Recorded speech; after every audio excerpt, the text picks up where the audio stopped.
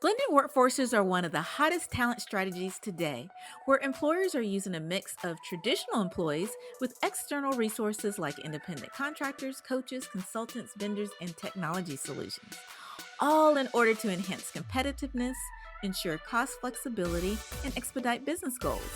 But how are the successful companies infusing blended workforces into their business strategy? And what are the critical success factors and pitfalls to avoid during implementation? And on the flip side, what does it really take for suppliers to improve their chances of finding and landing contract opportunities? The devil is in the details, my friends. I'm your host, Karen Farrell Rhodes, and it's time to get smarter about blended workforces at work.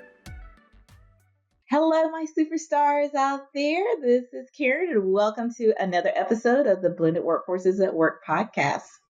We want to welcome to today's show a fantastic guest that I just know you're going to love by the name of Garrett Delph. He's the founder and chief clarity officer at ClarityOps LLC. And ClarityOps LLC is a consultancy that guides businesses through the complexities of expansion during people, process, performance, and digital transformations. He has a focus on helping their clients gain true clarity of what the problem truly is and then how to find solutions and implement them. And he and his team design the solutions that dispel chaos that that comes during transformations of all types, reestablish order, which all leaders beg to have, and empower businesses with renewed momentum for growth. So in other words, he's a miracle worker. So we were pleased to welcome Garrett to the episode. How are you doing, Garrett? Hey, I'm great, Karen. I'm great. Thank you for having me. Welcome to the show. Welcome to the show. Thanks so much. So I know that was a mouthful, and we're going to unpack what ClarityOps does in particular, and then also have a chat about your thoughts and experiences on using blended workforces to help businesses scale. But before we get down in the deep and dirty, we'd love to learn just a tad about you personally. So for as much as you feel comfortable, would you give us a sneak peek into your life outside of work? Sure. It's pretty simple. So I'm married. We have 4 beautiful kids. Oh, They span kind of the full spectrum. Our oldest is 25, our youngest is 14. So we're forever parents, it feels like. So they all keep us very busy, and they're great. Outside of that, I'm a fellow entrepreneur, and so I eat, breathe, drink, sleep business. When I have downtime outside of my family, I'm typically reading. I'm a big, funny enough, I'm not a big sports fan, but I love sports documentaries because I think they apply to business and life. So they do, love yeah. documentaries, love to read, big Audible fan. And those are, and I love to eat. I love to Love eat. to what? I love to eat. Oh, me too. That's why I have the curves I have, Garrett. Yeah. Yeah. We have like our favorite round of restaurants we love to go to. Oh, And nice. Very nice. So it sounds like you have a very full and fulfilling life. We're recent empty nesters, so you we're kind are? of getting readjusted to that. Okay. But the youngest is literally 8 minutes away. So Ah, I don't that know is how fantastic. empty that is because they come here all the time, but Uh, it's totally fun, and we have a very close family, as it sounds like you do as well. yeah, it's the best, isn't it? It is. It totally is. It I think totally that's the is. perfect scenario, by the way. Uh-huh. 10, 15 minutes away, not enough where they can just camp at home, Right, but, right. but far enough you can see them real quick. Yeah, Really quick. it's great. Anything they need. Yeah, Yeah, yeah, definitely. Well, thanks so much for sharing that. So let's get down to business if we can, let's do it. and forgive the oxymoron there. But let's start out, Garrett, by you first sharing maybe a snapshot of your career thus far and why you've up to the point now to why you founded Clarity Ops. Sure. I'll try to be succinct here. So I've been, out of college. I did kind of what a lot of us do. I went and got a corporate job. Started with Gallo Wine of all places, largest winery Ooh, in the world. So I was a love wine. sales rep in Los Angeles. That led to a couple of other opportunities which I pursued. But after about 7 years in corporate America and learning a ton, I just decided I had things I want to do myself. So that led me into ultimately founding 3 different businesses over my 25-year career so far as an entrepreneur. Wow. I've had 3 exits. And during that time, really what led to ClarityOps is I was, I think, probably a classic entrepreneur that didn't know much. I just knew what I wanted to do. I didn't know how to do it, but I had drive and ambition and I was going to charge. And went in making a lot of mistakes and learning a lot of hard lessons. But along the way, as I faced problems, either A, I didn't know how to go find solutions for my problems, or they did not exist. And I'd say probably a good solid 50% of the problems I faced that were unique to my business domain, I needed to invent solutions on my own. And so over the course of these years, I ended up with ultimately a library of tools that were built by myself and my teams to solve our own problems, which work. And so it's kind of like AWS. Yeah, I don't know if you know the AWS story. Yep. AWS was birthed because Amazon was solving their own problems with their own solutions because nobody had them. And then they realized, oh my gosh, these could serve the world. And AWS was born, right? Right. So that really, I'm not saying ClarityOps is like AWS, but the Oh, yes, point, it is. In its own way, in its sliver of the um, world. yeah, it would be nice. It'd be nice. But at the end of the day, what I realized just being in the network and my network and being in the business world, that leaders, founders, CEOs, the C-suite, especially those that are focused on growth, face a tremendous amount of challenges. And I think we have, ClarityOps, myself, have tools that actually could drive significant change with these tools. And that's really why ClarityOps is now here and serving the community. Oh, that is amazing. So, what is a typical engagement that you, first of all, who's your target market, if you could share that? And then what's a typical, if there is a singular target market, and what is a typical engagement or an example of a typical engagement that a potential client would come to you all for? Yeah. So the market that we best intersect with, and I think out of the gate bring value, begins with kind of a revenue threshold. So typically 3 to 5 million in annual revenue is the starting place. And that's just because if you're doing that kind of revenue, you've already, encountered some bumps and bruises along the way and you've grown. All right. Absolutely. So you have some maturity there typically. Correct. And the next is ultimately the domains are those where people and process are interdependent where and typically this is service-based businesses that need process and people to deliver their outputs to their target customers. So that whatever that is, manufacturing probably not something we would pursue, but that's an example of market we wouldn't pursue. All the others would fall into the bucket. And then the other criteria is they're struggling, they have pain, and they're too close to their problems to bring solution, That's almost every business that I'm in my experience, consulting experience. Yeah, because There's you're biased, too right? close, right? And you have a lot of internal narratives that make excuses for why things are not problematic. Or the other side is they have problems and honestly, genuinely don't know how to fix them. And they need another pair of mature eyes to get on top of the problem and fix it so they can get back to growing and producing the profit and the revenue that they want and the value and the value. Absolutely. And then in terms of, I think that Yeah, that is answered a the good first part. question. Yeah. And then the typical engagement is, first of all, get the lay of the land. We do a thing called a health audit. The term health is by choice. And that's just a 6-step process we go through to take a look at what they're trying to achieve, why they're in pain. Sometimes pain is symptomatic, but it's not the root of the problem. Right. And so that's part of the health audit to identify the truth first and foremost and separate the sort of chaff from the wheat, separate what perhaps they think is the problem or problems versus what really are the problems. And then from there, we have different paths we can take based on budget, timeline, and needs, wants. I would imagine with these type of transformations, this is not like an hour-long consultation. It is a longer term type of engagement, first for the discovery and diagnosing, and Yeah. then once you co-create solutions with them, the actual implementation would take a bit as well. Is Great that thought. true or no?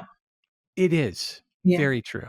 I'd say a minimum engagement for the health audit will be, 30 to 45 days. yeah, that sounds And right. then I appreciate your point about, implementation of a plan. So what the health audit will do is it will actually identify the truth and then propose a plan for solving the pain and the problems. And then at that point, businesses have a choice. Sometimes they're excellent operators, just struggling with problems, but they can take that plan and execute. Mostly, however, that is the other part of the big problem is they're so focused on sales, marketing, and revenue that executing continuous improvement or transformational programs Yeah, is very difficult.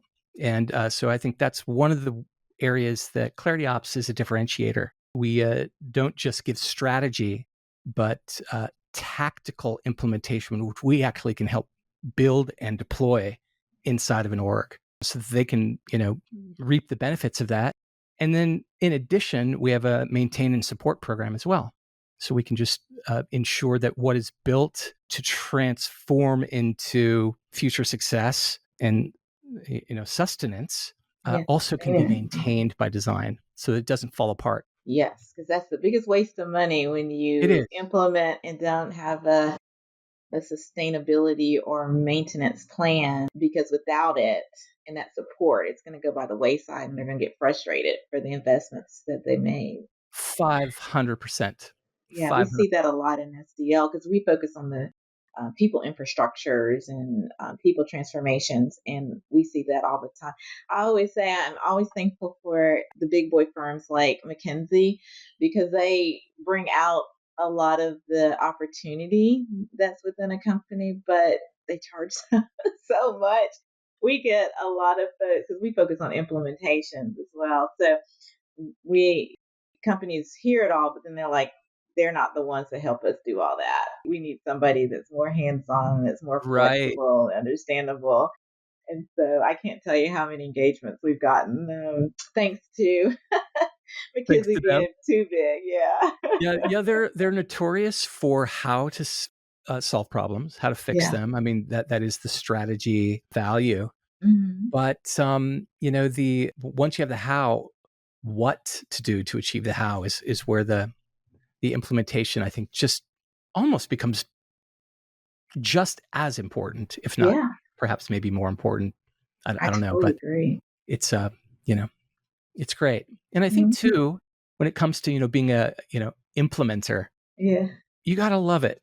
And Yes. You usually gotta love it. execution's really heavy lifting, and you just got to love that work to be effective.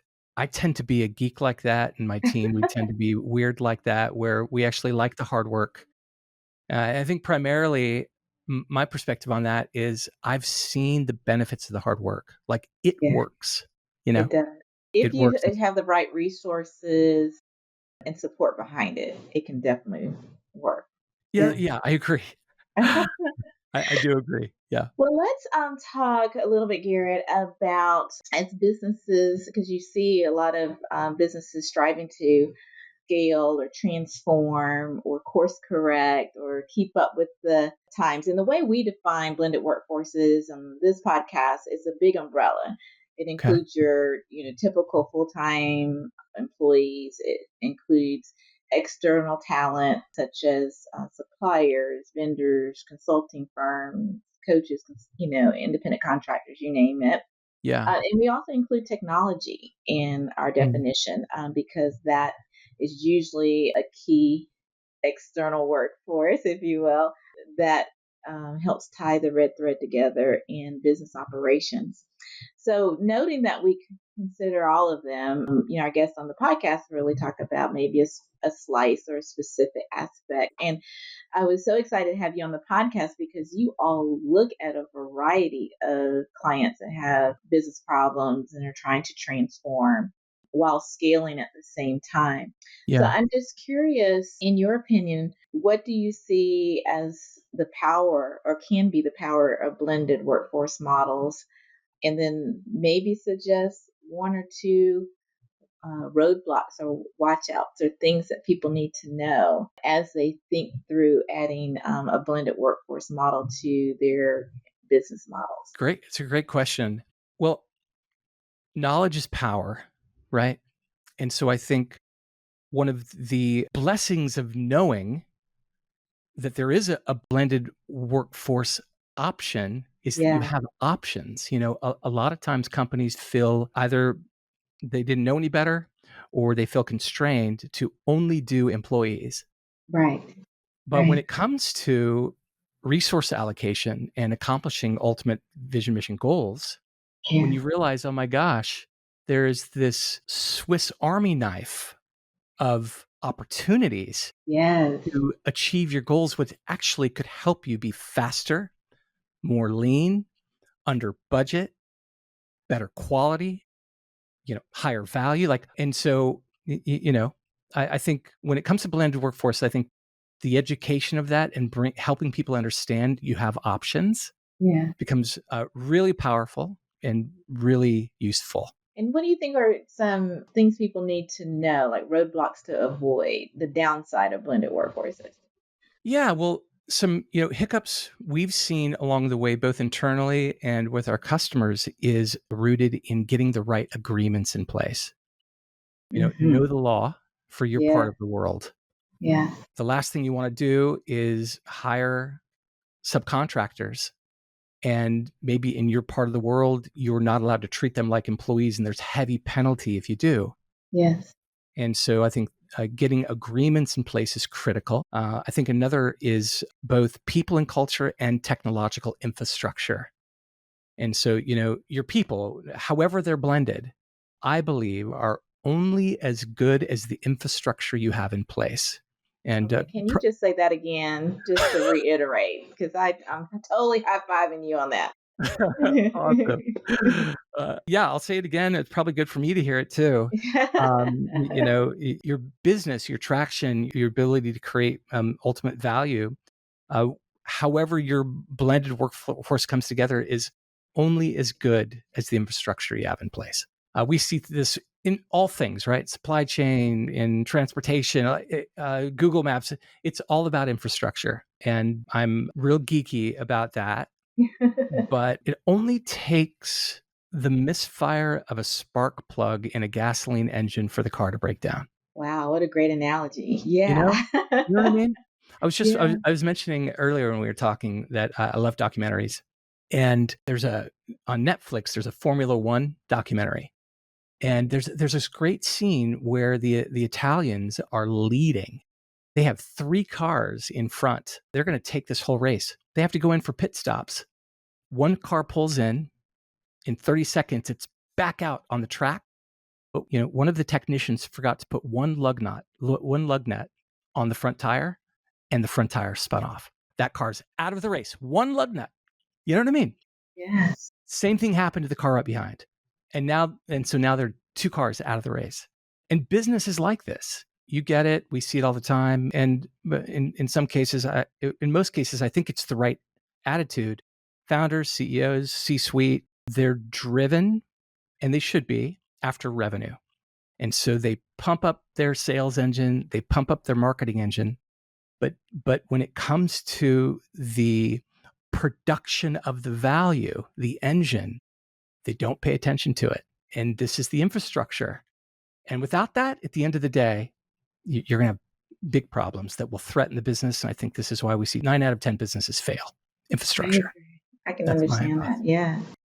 And in addition to the structure, you were so kind to share that you had 3 standards that you thought were critical in order for blended workforces to succeed.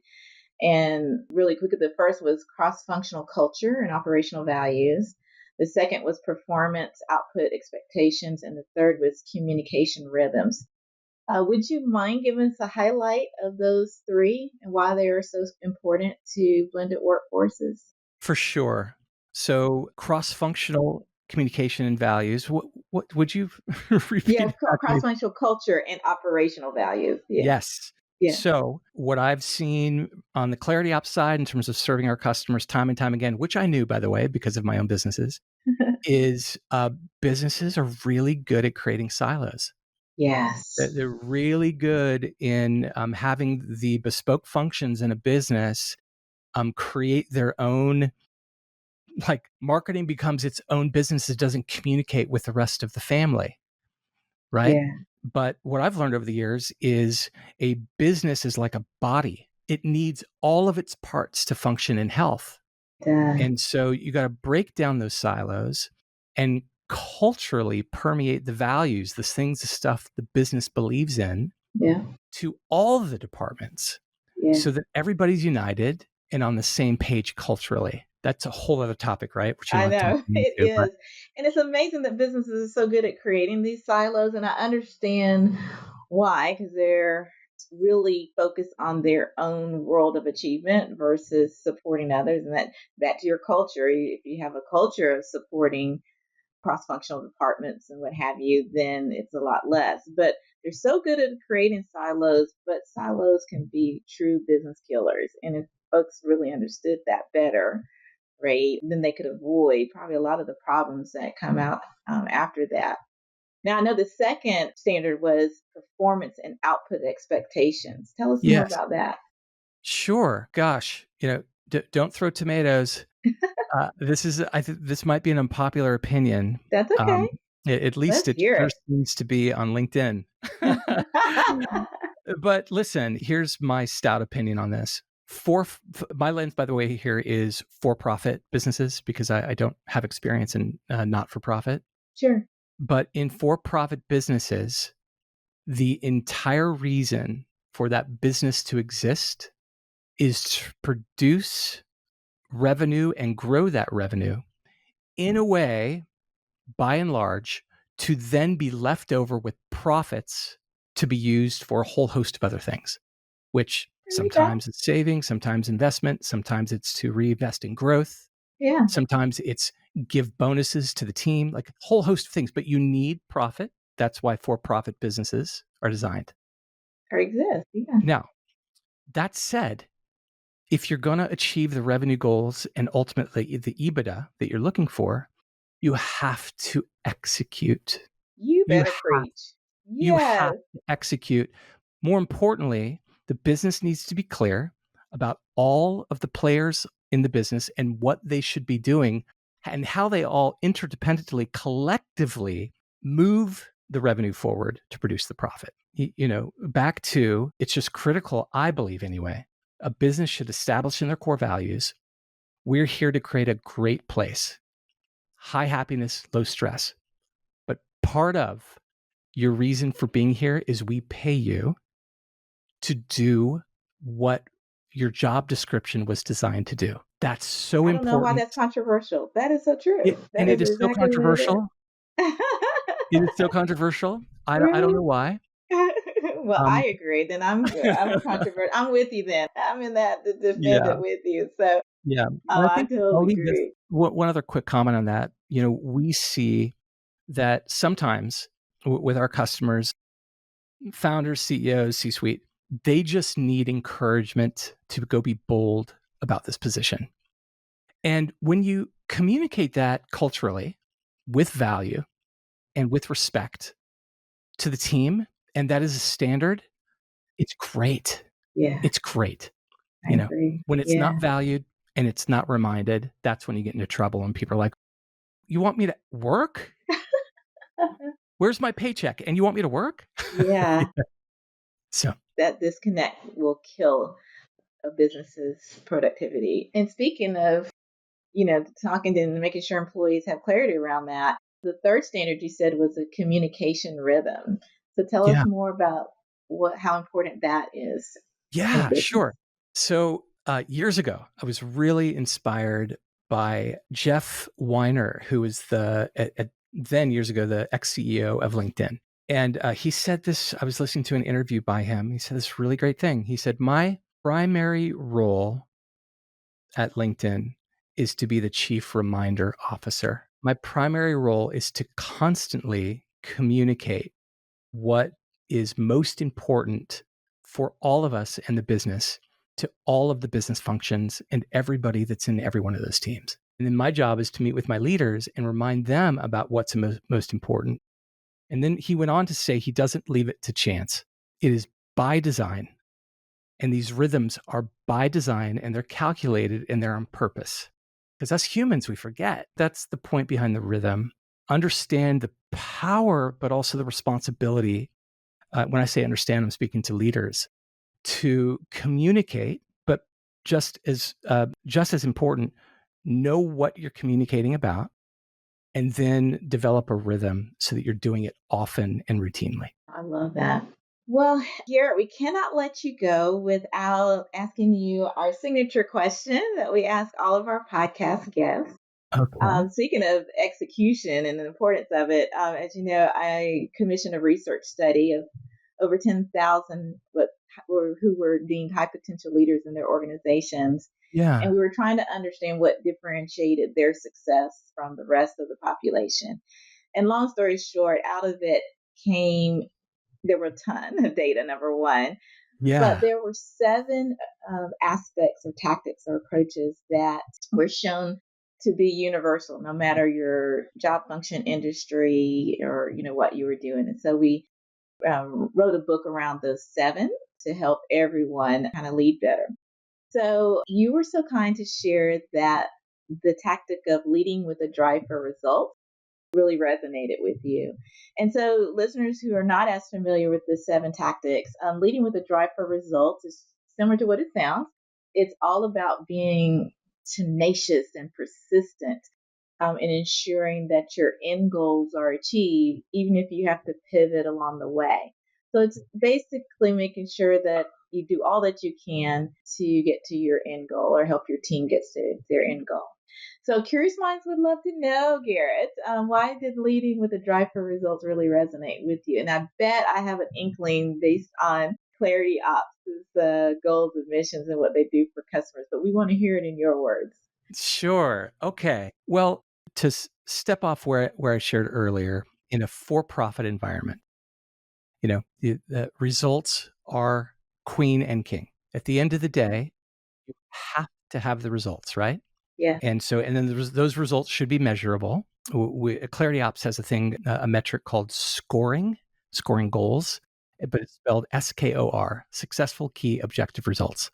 Nice. And so the culture, the people need to understand that execution, this is my opinion, by the way, and this is what we will also consult leading forward with our customers. You need to have a measurable definition of what you want to achieve. And then in terms of, this idea of relentlessly executing, I just think we should, in my opinion, look at how winning teams win.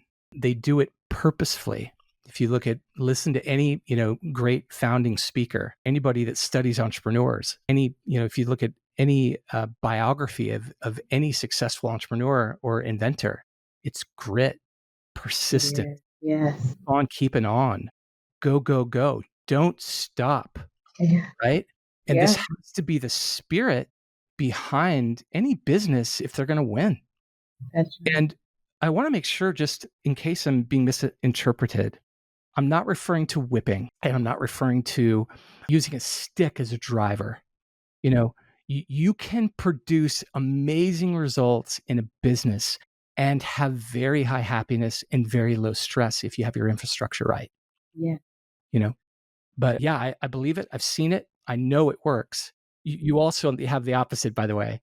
You have bad infrastructure, you will have high stress, low happiness, low LTV for your employees, resignation swing, right? But at the end of the day, if I had to pick only one of your seven from your book, I think it would be that, and then everything else should subordinate or collectively unite with that one as the ship moves forward.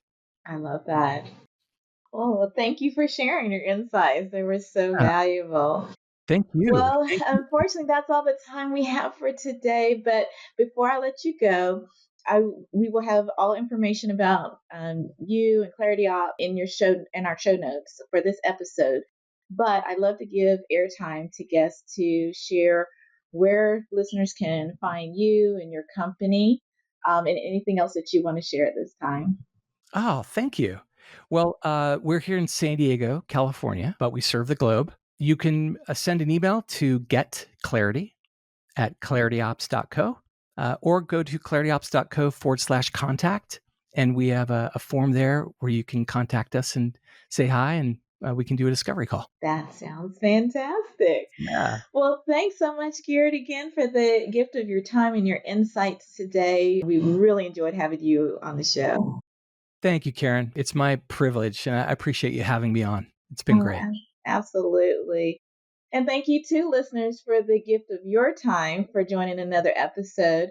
We know that there are millions of podcasts out there that are competing for your attention, and we don't take your participation lightly in supporting the Blended Workforces at Work podcast. Please be sure to continue to subscribe and like our podcast and just share it with just one friend, because together we all can get smarter about blended workforces at work. Thanks a ton and see you next week. Well, that's our show for today. Thank you again for listening to the Blended Workforces at Work podcast. You can check out the show notes, additional episodes, bonus resources, and also submit guest recommendations on our website at blendedworkforcesatwork.com. You can also follow me on Twitter, LinkedIn, Instagram, or YouTube by searching for the name Karen Rhodes, with Karen being spelled Karan. And if you like the show, the greatest gift you can give would be to subscribe and leave a rating on your favorite podcast platform of choice. This podcast has been a production of Shockingly Different Leadership, a global consultancy which helps organizations execute their people, talent development, and organizational effectiveness initiatives on an on-demand, contract, fractional, or project basis. Huge thanks to the SDL production and editing team for a job well done. Bye for now.